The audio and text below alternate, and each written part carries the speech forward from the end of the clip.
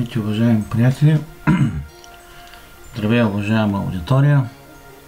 Честит празник!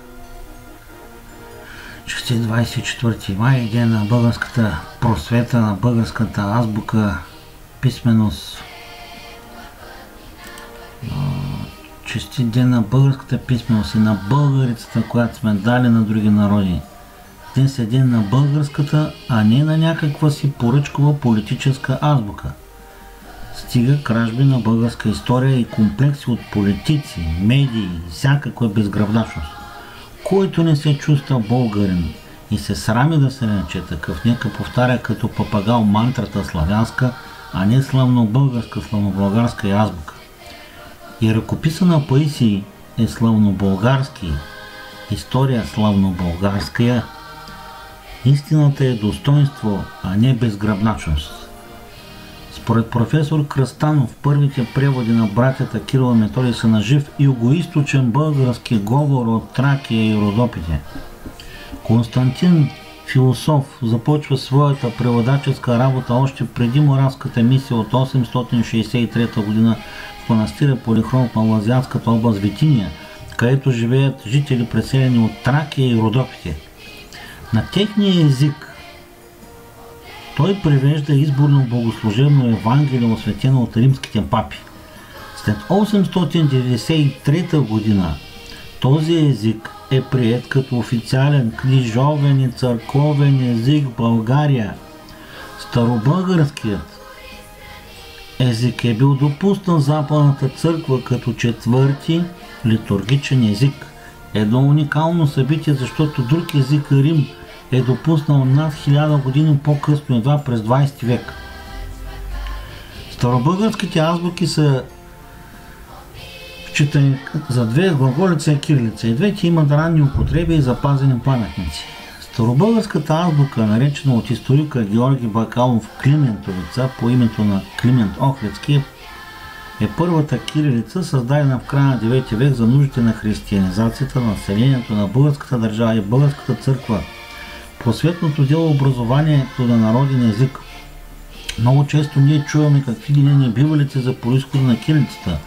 Много често тя бива наричана славянска, но старобългарската книжнина е запазен произходът на тази азбука. Тази славянска в кавички азбука се използва от таджики, молдовци, казаки, узбеки, киргизи и други народи. Какви славяни са те? И защо тогава ползват уж славянската азбука, която не се ползва в чисто уж славянските Чехия, Словакия и Полша, на чието територии не само са живели тъй наречените древни славяни в кавички. Знаете моето отношение.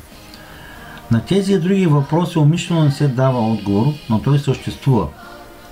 Кирилицата е преработен вариант на глаголица, създаден от Климент Охридски по заповед на Симеон I за нуждите на българската държава.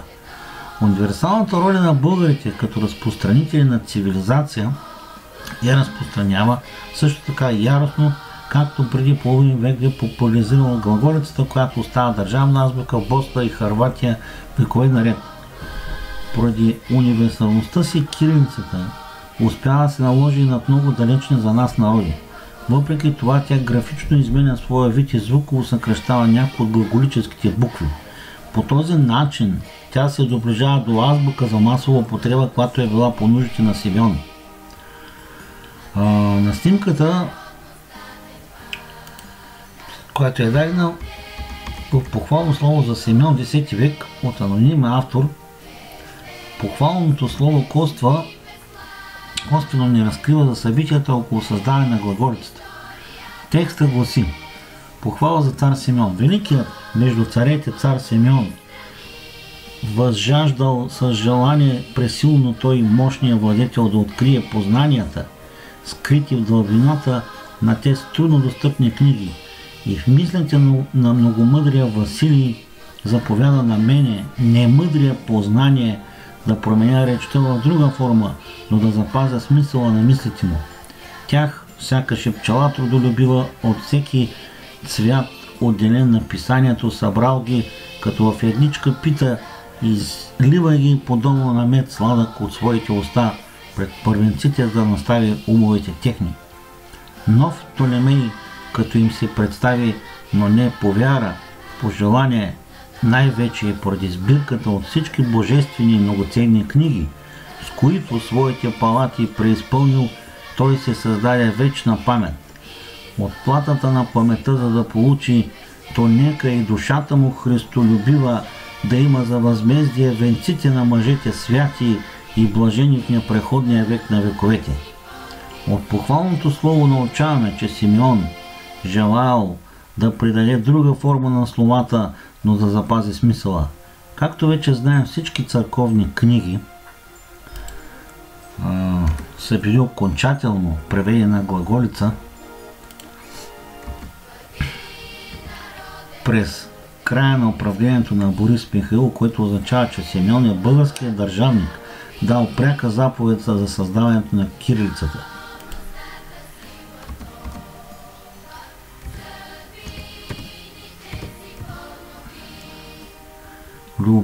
Любопитни са също така апликациите по страниците от краткото слово, както и богата образност на средновековния български писател. Разбира се, вижда се и християнското влияние, което се впива из основите на българският мироглед. Снимката с червено-славянски държави, ползващи кирилицата, с синьо даде неславянски такива. Век по-късно Дмитрий Хоминян пише в творбата си Кратко житие на Климент Охридски следното важно уточнение за кирилицата, като започва разказът си за светецът така. Този велик наш отец и светилник на България е бил порода от европейските мизи, които народът обикновено знае като българи. Те с страшна войска преминали Дунава и завзели всички съседни области – Панония и Далмация, Тракия и Лирик, а и голяма част от Македония и Тесалия. Преподобният мъж водил произхода си оттам.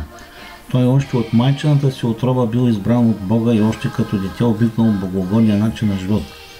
Пръв заедно с божествения наум Ангеларий Гораст усърдно изучил свещеното писание, преведено с божествено съдействие на тукашния български диалект от Кирил, истински богомъдър и равнопостолен отец, и отначало още бил с Методий, известният учител на мизийския народ на благочестие и православна вяра.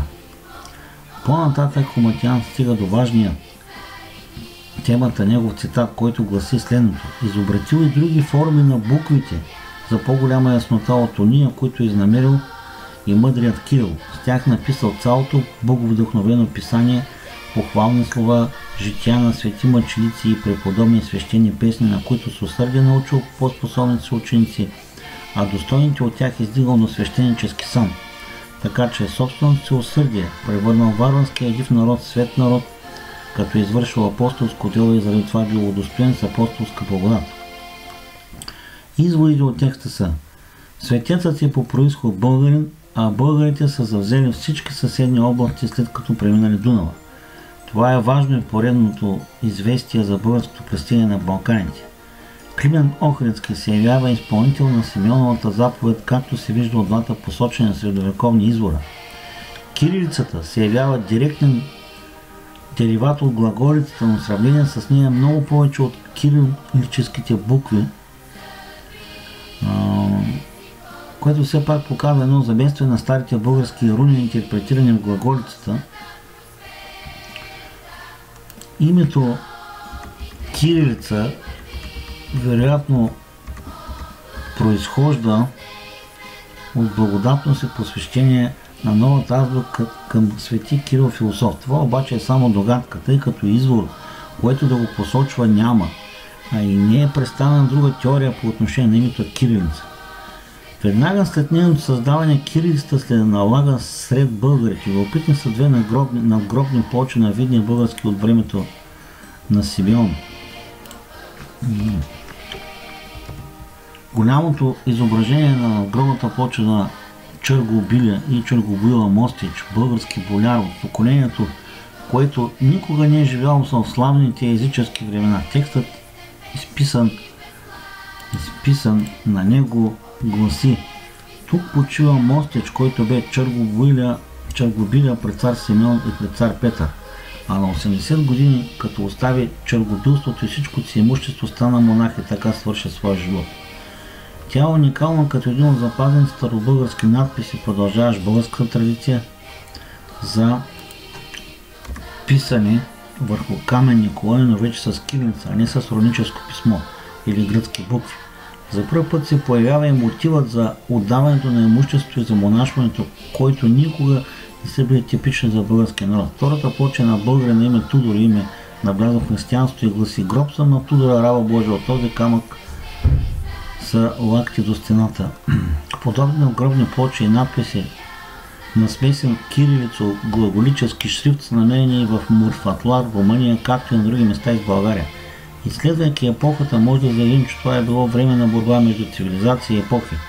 Глаголическият дериват на българското руническо писмо срещу нововената кирилица с графични знаци, подобни на гръцките.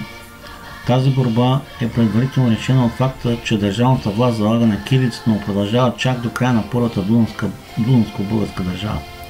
Веднага след нейното създаване, кирилицата се налага сред българите. Любопитни са две нагробни плочи да видят българи от времето, казахме го.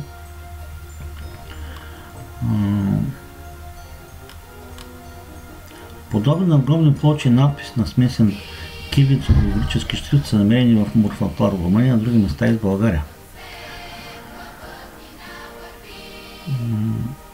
За нас, българите, е важно да знаем, че кирилицата, с която днес се служат милиони хора по света — сърби, македонци, руси, белоруси, украинци, румънци до средата на 19 век, казахи, таджики, монголци и други, възникала в България, е чисто българска, а не някаква си друга азбука, е редно да бъде българица. Тя следва модела на глаголицата и отговаря на най-съвършения принцип за писане, според който на всеки звук съответства отделна буква. Този принцип е застъпен последователно в глаголицата, а след това и в кирилицата, благодарение на което днес ние четем и пишем без да се колебаем, както други европейци, пред думите от родния си език. От 2007 година кирилицата е призната за третата европейска азбука след латиницата и гръцката азбука. Кирилицата носи името на един от покровителите на Европа и създател на първата българска азбука, на една от вторите български азбуки — глаголица Свети Кирил. Плочите, останали в Родопите, написани на българите с кирилски букви, подсказват, че това е азбука на предците и е заимствана от първоучителите, а не от някаква си Гърция. Ние сме народ просветителски. Тези плочи са открити от Николай Гигов на снимките, които съм дал, и на този език са писали траките нашите предци в област Родопа. И родопчани пазят и до днес този исторически шамар за всички гракомани и славянофили. Къде е най-ранният надпис на кирилица в света? Отговорът е близо до село Крепча, община Опака, област Търговище. Намира се на едно необикновено, но скоро доста неизвестно място, далеч от Хорската глъч. Това е една изсечена в скалите от Варовик, мистична духовна обител, носеща името Крепчански средновековен скален манастир. Никой не знае кога точно този монашески манастир е сътворен в камъка и дали не е наследник на още по-древно светилище, но изграден на 3 нива, състоящи се от монашески килии, църква и крипта. В България има много скални манастири, но този, който е останал някакси по-незабележим, е изключително важен с наличието си на два надписа в него. Първия е открит още през 1910 година от чешкия археолог Карл Шкорпил. Втория е намерен 61 години по-късно от големия учен професор Казимир Поп Константинов. Разчетени са от същия български археолог, който е и бележит епиграф. Ето какво гласи първия надпис: в името на Отца и Сина и Светава Духа, тук почива праведният отец Антони, а който направи църквата и житница да отговаря пред Бога, написани достойния Михаил. Амин. Втория надпис е много кратък, но е много ценен, защото посочва година на своето създание.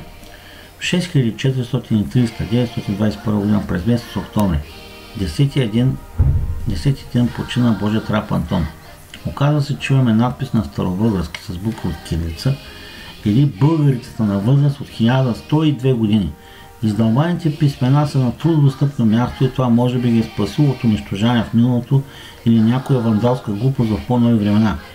Наличието на тези простички изречения доказват безусловно, че още по времето на цар Симеон Велики Старобългарската писменост вече е била широко разпространена и използвана в българските земи, т.е. тя най-вероятно е създадена от българи за българите. В случая писмената са използвани от монаци, живеещи в аскетизъм, но силно удохотворени и грамотни. Кое ни е прави ние отец Антоний, погребан в студената камена крипта, виж духовен дятел или просто монах-отшелник? Най-вероятно никога няма да разберем. Много интересен е въпроса, а кой е Михаил, подписал се с такова смирение като недостойният Михаил? Кой е човекът издълбан в камъка като присъда или предупреждение тези слова, а който направи в църквата житница да отговаря пред Бога? Българите са се съхранили благодарение на силата на тези малки буквички, на вярата си в Бог и своята мисия на просветители. Коя е най-старата открита до момента книга на кирилица в света? Защо българският текст не е изтрит, а върху него е нанесен гръцки? Къде се пази това съкровище? Накараме подред. Книгата се пази в прочутата Ватиканска апостолическа библиотека, известния под името Ватикански палимпсест. Това е старобългарски пергаментен ръкопис на Евангелието, открит случайно през 1982 година от изключително български учен доцент Традафил Кръстанов. Нарича се с термина палимпсест. Колко символни или писмени знакови системи са се родили по земите ни? Първо, долно-дунавска протописменост на древното население на Балканите на 7000 години. Доказателства за нея са артефакти по плочката от Градешница, печата от Караново, плочките от Нова Загора, Курило, Плевенско, Русенско и други. Защо се употребява израза протописменост, а не писменост? Защото според повечето учени това не са знаци, обозначаващи конкретни фонетични звуци, а система от символи. Понякога обаче един символ казва повече от 1000 изписани думи. Знаците и пиктограмите, открити у нас в Сърбия и Румъния, със сигурност изобразяват абстрактно мислене, систематизирано по определен начин. Втората писмена система, тракийска символно-знакова система, за която говори блестящ академичен учен като професор Диана Гергова, откривател на свещарското съкровище през 2012 година. Това отново е спорна тема, но професор Гергова казва дословно следното. Античните автори пишат, че в светилището на Дионис бесите са използвали таблички с надписи. Знаем и че орфическото учение е първото, което се разпространяло с книги. Самите гърци вярват, че буквите им са занесени от Орфей и други полумитични, но все свързани с Тракия герой. Тоест, представата за връзката на траките с писмеността идва още от древността. Върху тракийската култура керамика от земите на бесите има все още неразгадани комбинации от знаци и безспорно закодирана информация. Азбуката на Етикос Истер, философът скит, който в средата на 4 век от новата ера създава малка скития днешна добра, така наречената праглаголица. Тя е възхваляна от Иероним Блажени като най-чистата писменост, на която трябва да се слави християнската вяра. А защо според Иероним Блажени нейните знаци са най-чистите? Защото с другите, съществуващи към онзи период букви, вече били възхвалявани старите езически богове. Писмеността в Библията на епископ Вулфила или Офила, от която тръгва германската литературна традиция, създадена през 4 век от новата ера в Североизточна България. За нея по стара българска традиция също се спори много. За едни Вулфил е създал готска Библия, според други изследователи гетската Библия. Какъвто и да е спорът, обаче факт е, че има пак раждане на вид писменото в нашите земи. Писмеността на петата писмеността на Библия бесика. Библията преведена на езика на свирепото тракийско племе беси от техния покръстител свети Никита Ремесиански. За съществуването на тази книга говорят маса исторически извори. Според повечето учени книгата е изгубена, но според някои изследователи е намерена в препис на друг език. Шесто. Голям брой древни камени надписи с знаци, определени като прабългарски, тракийски или скитско-сарматски руни, каквито и да са по произход, руните си ги има и не са гръцки или римски. Седмо. Глаголицата на светите братя Кирил и Методий. Пак се спори къде точно е създадена, най-вероятно в Мала Азия и какъв е точно произхода на двамата велики просветители, но едно е факт. Това е азбука, която отразява фонетичните особености на старобългарски език и говор. 8. Кирилицата или българицата. Най-вероятно нейн автор е свети Климент Охридски, макар че за това се спори. Азбуката е създадена изцяло с огромната подкрепа и поръчка на българското царство и с особените заслуги на цар Борис I, цар Симеон Велики и цар Петър. Без българската държава днес кирилица просто нямаше да има. Тя е създадена на основа на букви от нашата древна тракийска азбука и глаголица, но следва изцяло смисъл на глаголицата. Всяка буква да отразява точно определен звук.